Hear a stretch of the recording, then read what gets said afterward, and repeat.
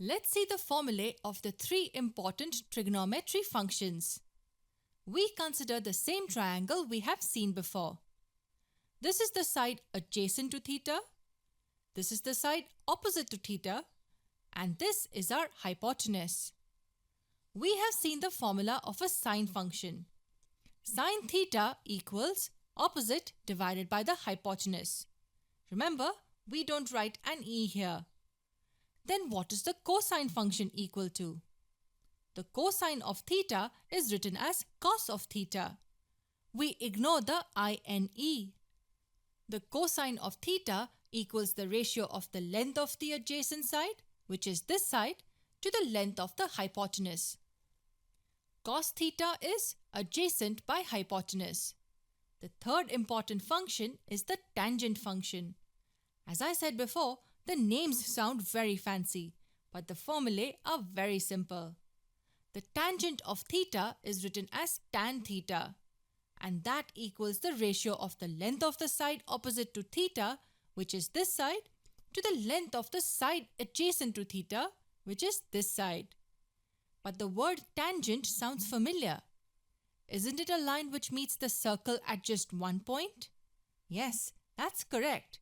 But we don't see a line or a circle anywhere in the picture. Don't worry about it now. You will know why it's tangent in one of our other videos. So let us review what we just did. Sine theta is opposite by hypotenuse.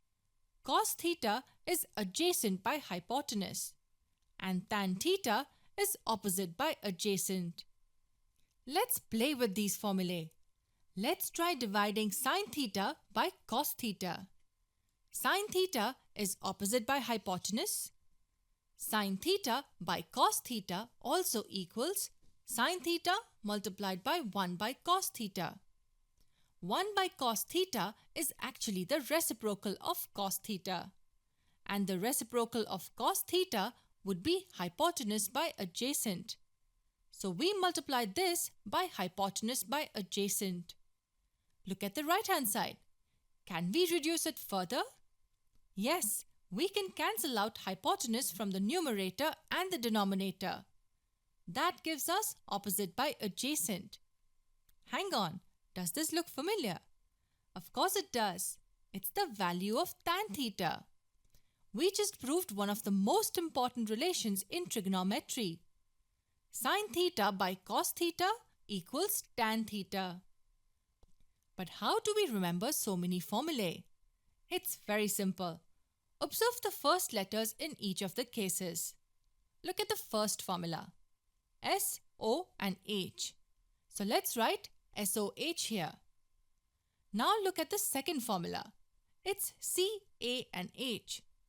So we write CAH here next to SOH. And in the third formula, it's T, O and A. We write TOA here. What we get is so katwa. Well, it may sound funny, but that's the best way to remember the formulae. So katwa. So let's review the formulae one last time in this video.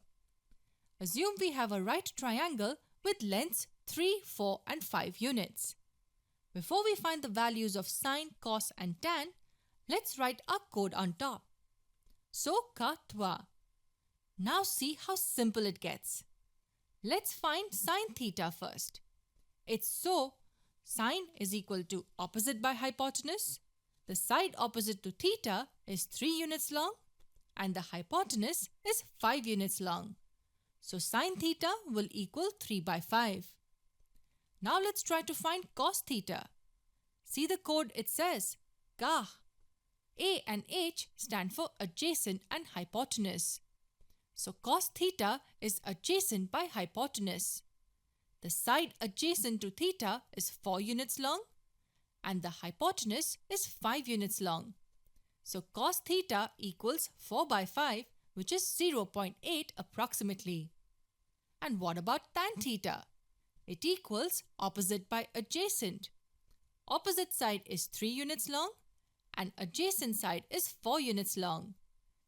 Tan theta will equal 3 by 4. This video was purely formula based. To really understand how the functions vary with angles, do watch our video based on unit circle.